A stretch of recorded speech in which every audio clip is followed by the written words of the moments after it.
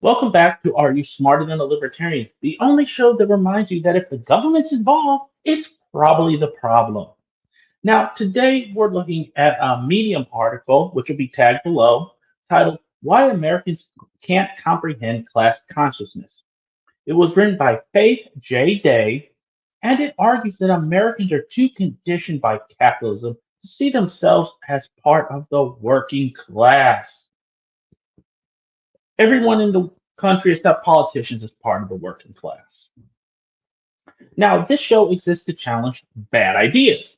So let's take this one apart through the lens of liberty and see why class consciousness isn't something Americans are missing. It's something we just outgrown. When we grow up, we put away childish things. Class consciousness is a childish thing.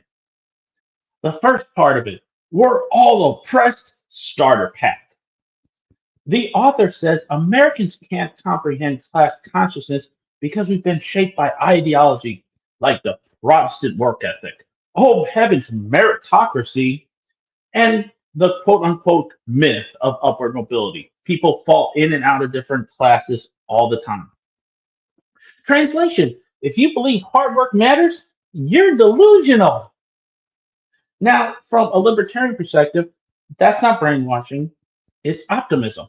Believing you can change your life through effort isn't a flaw in the system, it's what makes the system worth keeping. Da, da, da, da.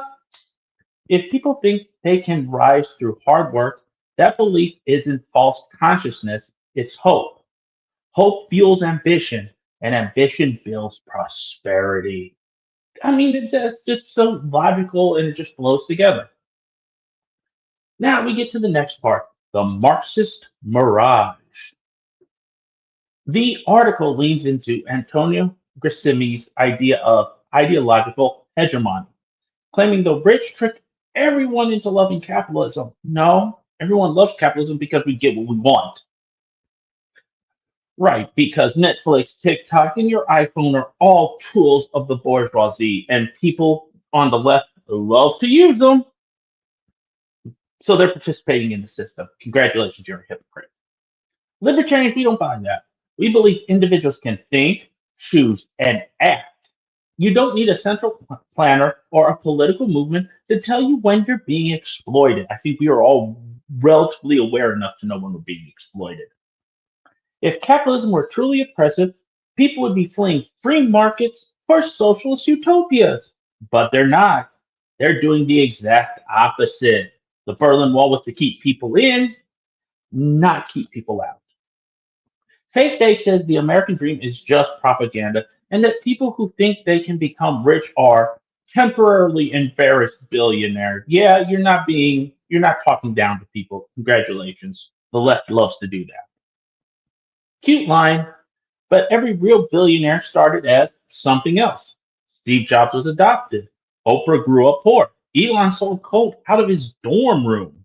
Wow, that's not a myth, that's mobility. Not everyone makes it to the top because not everyone is equal.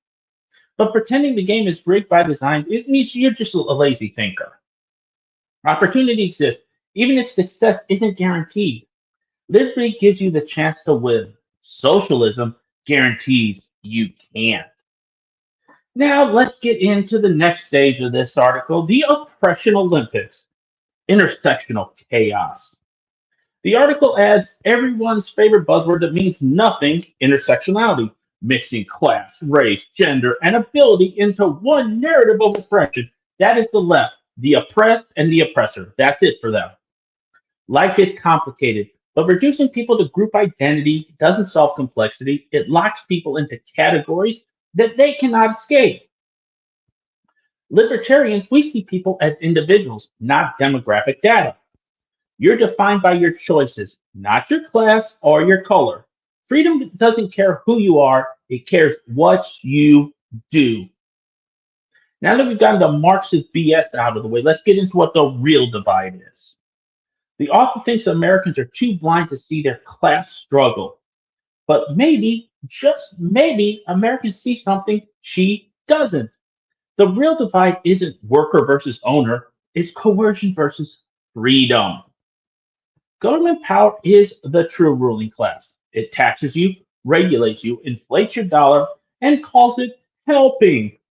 Meanwhile, the free market, the thing she blames for oppression, is the only place where you actually have a choice and a say in what it is. You can do what you want in the market, someone's going to provide a service. Class consciousness is a distraction from state consciousness. Until people realize how much government steals through taxation and inflation, they'll keep fighting the wrong enemy. As I said earlier, the only people who are producers are politicians. Now, let's get into the libertarian takeaway. Faith Day wants us to be class conscious. I want us to be freedom conscious. And there's a difference. If you build your worldview around oppression like all good Marxists must do, you will always find it. If you build it around liberty, you'll build something better. When you live in a neighborhood and you see nothing but blight and you don't see opportunity, that's on you. Americans don't need more class solidarity, using more Marxist terms. We need more personal responsibility, voluntary cooperation, and smaller government. If that sounds radical, maybe you've been hypnotized by the real hegemon, the state. Now, you've been listening to Argue Smarter Than a Libertarian. Subscribe on YouTube, Spotify, Apple Podcasts, iHeart Radio, and Rumble. I also am on TikTok as well.